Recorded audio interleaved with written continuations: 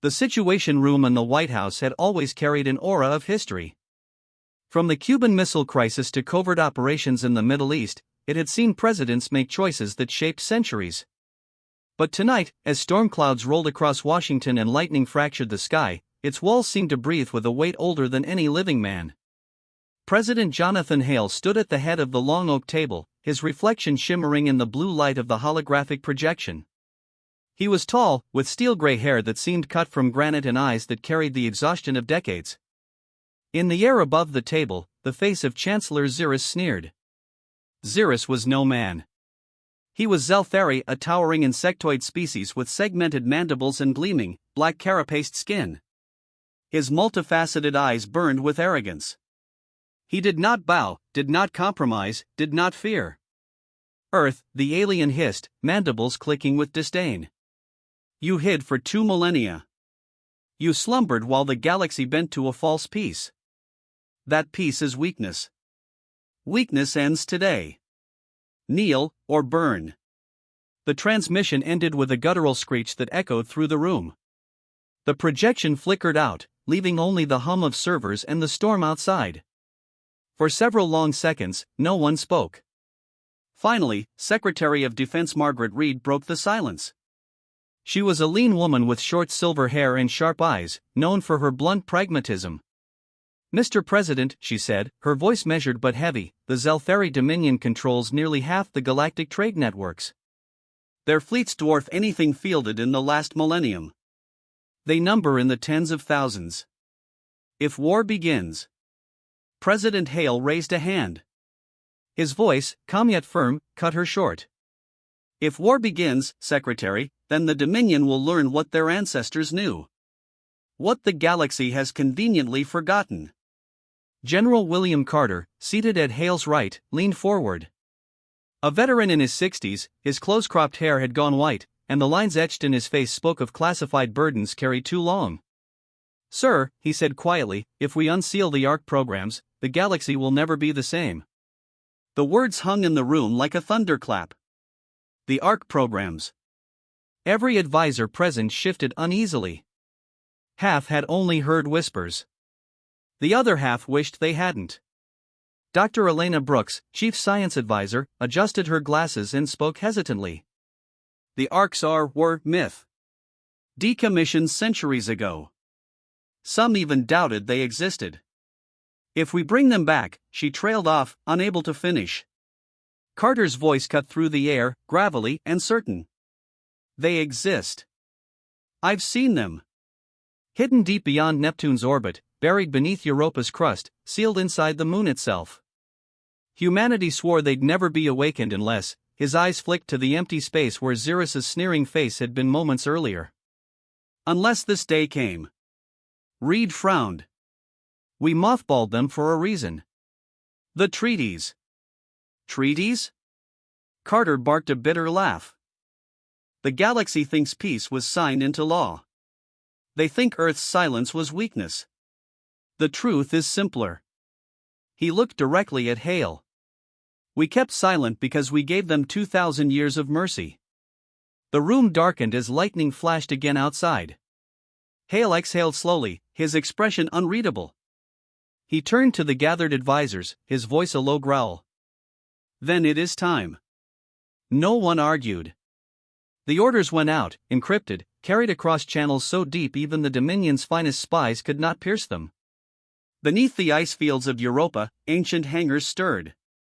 Machinery that had not moved in 20 centuries shuddered awake, steam venting into caverns the size of cities. On the moon's far side, beneath mountains of regolith, titanic silos split open, dust scattering into the void. In Neptune's shadow, shipyards thought abandoned flared to life, glowing like resurrected suns. And the arcs rose.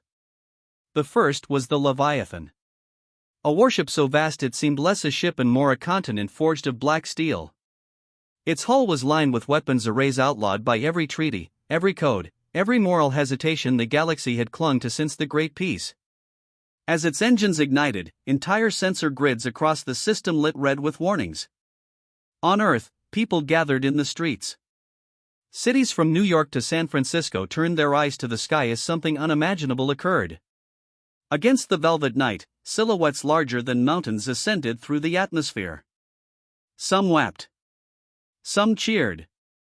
Most simply stared in silent awe. On a rooftop in Houston, a young boy named Daniel Reyes clutched his father's hand. His wide eyes reflected the rising shadow of the Leviathan. "Dad," he whispered, "are those ours?" His father, a veteran of an age with no wars, swallowed hard. "Yes, son," he said. "Those are ours." The broadcast reached the galaxy in hours. Outposts at the edge of Dominion space reported sightings of black phantoms rising from Sol. Merchant ships caught glimpses of titanic hulls eclipsing moons.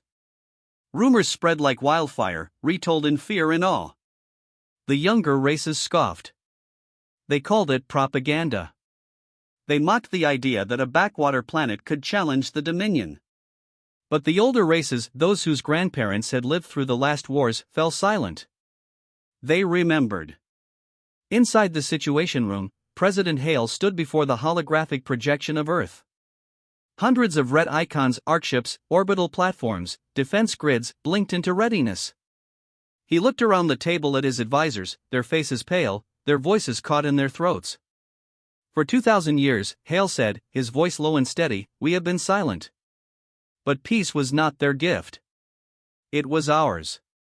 And now they seek to end it." He paused, his gray eyes burning like iron. "Then let them come. Let them learn. Let the galaxy remember why Earth laughs when war returns." In the cold expanse of the Kuiper Belt, the arc fleets aligned. Black hulls glimmered with starlight. Cannons hummed as reactors awoke from slumber. The silence of 2,000 years was broken. Humanity was awake. The galaxy trembled. From the core to the rim, species whispered of the unthinkable. War had returned.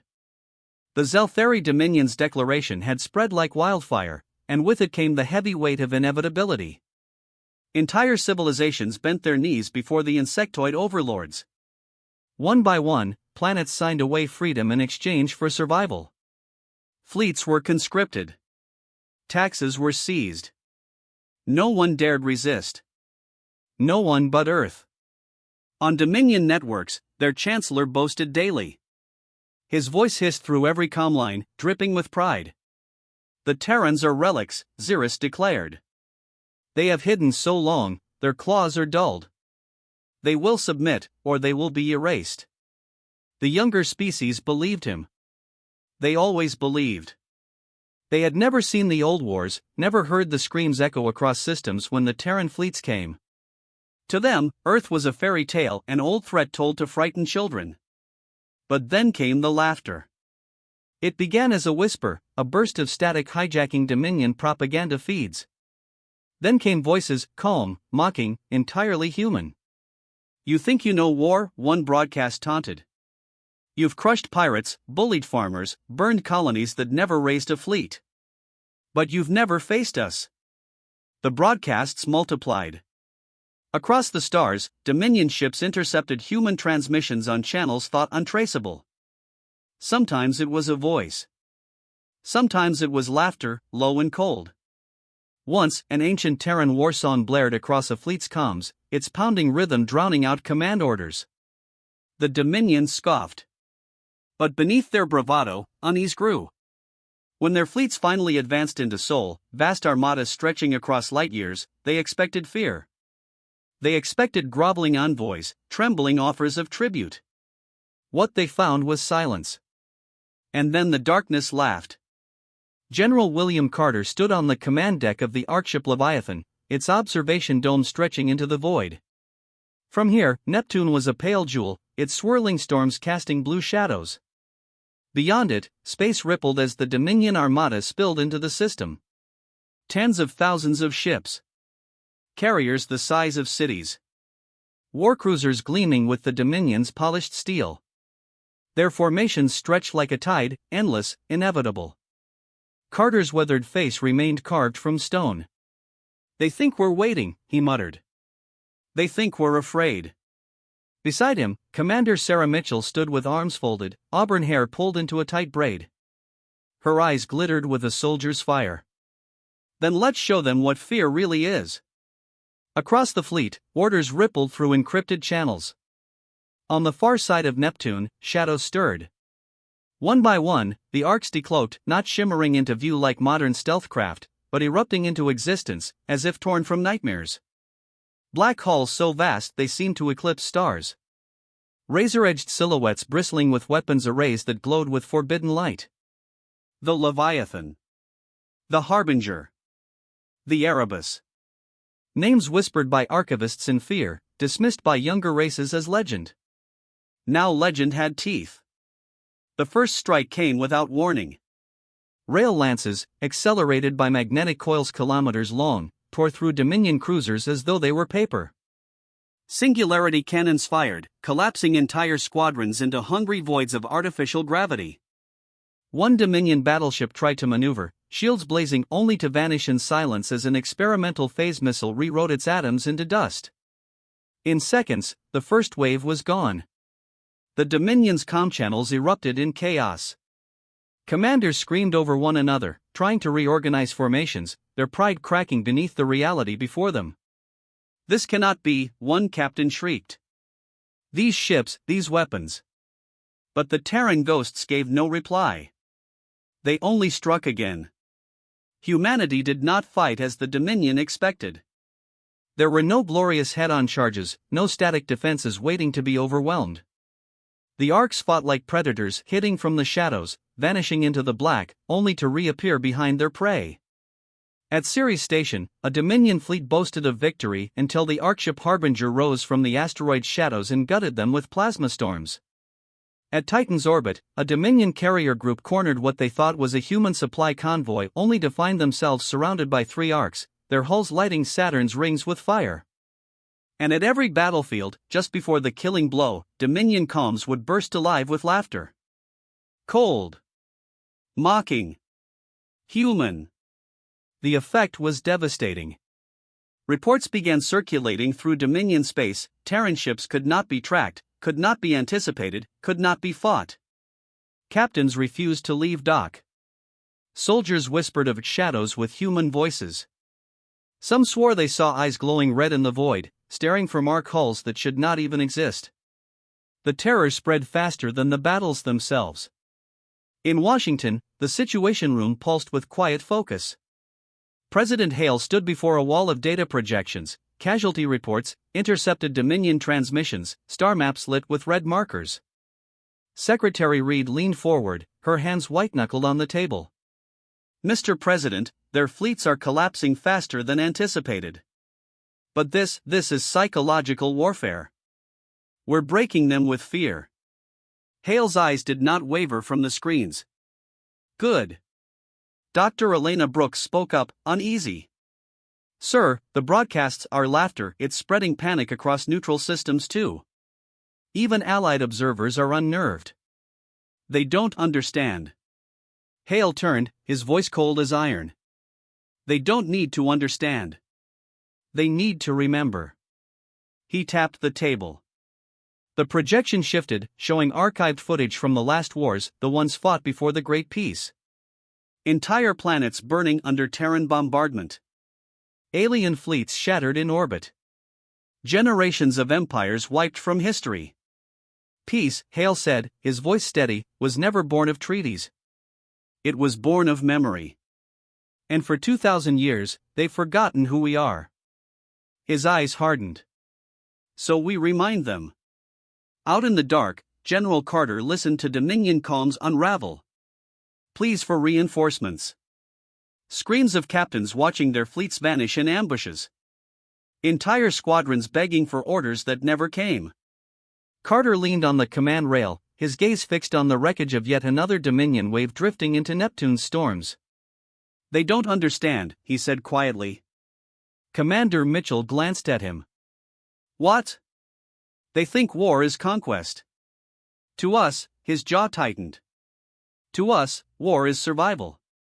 And survival is something we mastered long before their species ever left the mud. Mitchell gave a sharp nod, her eyes narrowing at the drifting flames of broken enemy ships. Then let's make sure they never forget it again. And as the arcships vanished once more into the black, the galaxy shivered under a truth it had tried to bury. The 2,000 years of peace had not been born of unity. They had been born of fear. And Earth, still laughing in the dark, was teaching that lesson all over again. 4 months, the war dragged on like a nightmare. The Zelthari Dominion hurled fleet after fleet into Sol, determined to crush Earth through sheer numbers. Each assault came with greater arrogance, greater promises of victory. And each time, they returned broken, if they returned at all. Still, they did not stop. The Dominion could not believe that humanity could match them. Their pride would not allow it. To them, war was theirs by birthright. Victory was inevitable. Earth was an aberration to be corrected. Until the day of the siege of Sol. The gathering storm. At the edge of the system, space warped. Thousands of hyperspace portals ripped open, their event horizons bleeding white fire into the void. And through them poured the largest armada ever assembled in galactic history. 200,000 warships. Carriers like continents, bristling with fighter swarms. Dreadnoughts the size of mountains. Shielded cruisers packed in formations so dense they cast shadows across entire moons. At its center was the Eternal Will, the Dominion's pride, a flagship so massive it rivaled a small city, plated in layers of obsidian armor and wreathed in a corona of energy shields. Upon its throne sat Chancellor Xeris, wrapped in golden regalia, his mandibles gleaming. His broadcast echoed across the stars. This is the end of Earth. The galaxy shall see their myth undone. Terrans will kneel, or they will cease to exist. The broadcast ended. In the Archship Leviathan, General William Carter watched the sensor displays fill with hostile icons. Red swarmed across every screen, blotting out planets, blotting out hope. Commander Sarah Mitchell stood beside him, her jaw tight. "This is it," she said. "They've brought everything." Carter's hand closed around the railing. His voice was grim, but steady. "Then we end it here. Fire over Sol." The Dominion surged forward. Their opening barrage lit the void like a newborn star. Mars burned under bombardment. The orbital colonies around Jupiter cracked and fell into the storm below. Luna's surface erupted with fire as rail impacts shattered its crust. Earth itself shook as defense grids strained to absorb the opening wave. Cities trembled. The people of Earth, watching from the surface, felt the heavens rage above them. Then came humanity's reply. The Arcships rose from hiding in coordinated fury. Leviathan, Harbinger, Erebus, and dozens more launched a counterstrike that ripped through the Dominion's vanguard. Singularity cannons collapsed squadrons into nothingness. Beam arrays scythed across cruisers, cutting them apart like wheat. But still, the Dominion advanced. For every fleet that fell, another pressed forward. Their numbers seemed endless, their hunger unbroken. In the chaos, Carter's voice carried across the encrypted fleet channel. "Hold the line. Do not give them Earth." The Arcs fought like demons, their hulls blazing with forbidden light. Yet for every Dominion dreadnought they destroyed, 10 more closed in. And at the center of it all, the Eternal Will loomed, its fortress shields shrugging off every strike.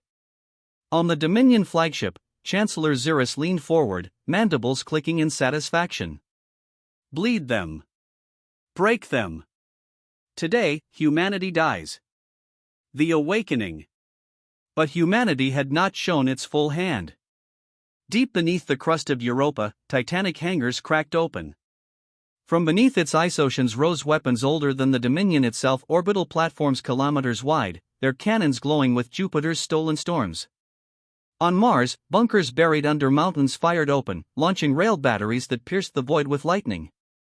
And on Earth, hidden for millennia beneath its mantle, the greatest secret of all stirred. The ground trembled. Oceans heaved.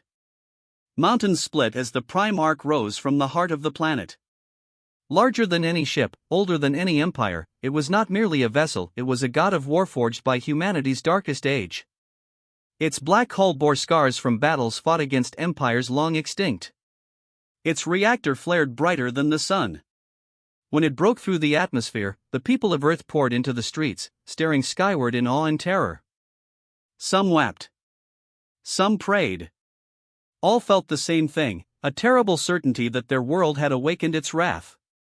The final lesson.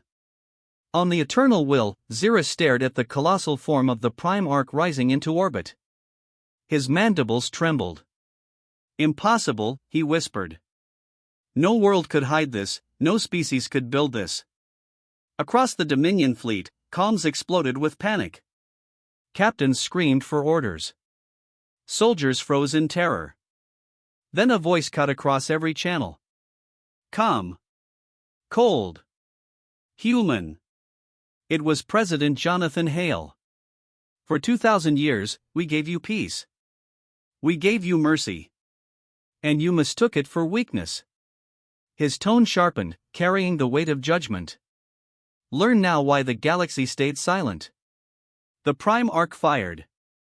A beam of pure annihilation lanced from its heart, brighter than a newborn star. It crossed the void in an instant, striking the eternal will squarely through its shields. For one heartbeat, the Dominion flagship seemed to hold its armor blazing, its shields straining. Then it shattered. The pride of the Dominion tore apart in a blossom of fire and molten fragments. Its debris rained into Jupiter's storms, burning like meteors as the great planet swallowed its wreckage whole. The Dominion armada broke. Ships scattered in panic, formations collapsing. Some surrendered instantly, flooding calms with pleas for mercy. Others fled without order, hyperspace drives screaming as they tore open escape routes. The once proud armada dissolved into chaos. Humanity pressed the advantage. Arcships carved through fleeing vessels with merciless efficiency. Orbital platforms rained fire. Europa's cannons turned retreat into slaughter. The Dominion had declared the end of peace. Now peace was being reforged in blood. The silence restored. In the aftermath, silence fell across Sol. Wreckage drifted in orbits like steel coffins. Broken hulls burned in Jupiter's storms. The Dominion's largest fleet had been annihilated. In the White House Situation Room, President Hale stood before his advisors. His face was weary, but resolute. They will surrender, Secretary Reed said, her voice hushed, almost reverent. Without their fleet, the Dominion is finished. Hale's eyes flicked to the window, where the shadow of the prime arc loomed above Earth like a judgment. His voice was quiet, but it carried the final weight of truth. Let them surrender. Let them remember. Peace is not theirs to give. It is ours. And if they ever forget again. He let the words trail off, the image of the prime arc completing the sentence for him. Weeks later, the galaxy bowed. The Dominion, once arrogant and unchallenged, signed unconditional surrender. Their chancellor was dead, their fleets scattered. But the surrender was not celebrated. Across the stars, species trembled. The lesson was clear. The 2,000 years of peace had not been born of treaties, alliances, or trust. It had been born of fear. Fear of Earth. And now, as the prime arc hung above Earth like a silent sentinel, the galaxy swore never to forget again. For humanity had laughed in the face of war. And the stars would echo with that laughter for 2,000 more years.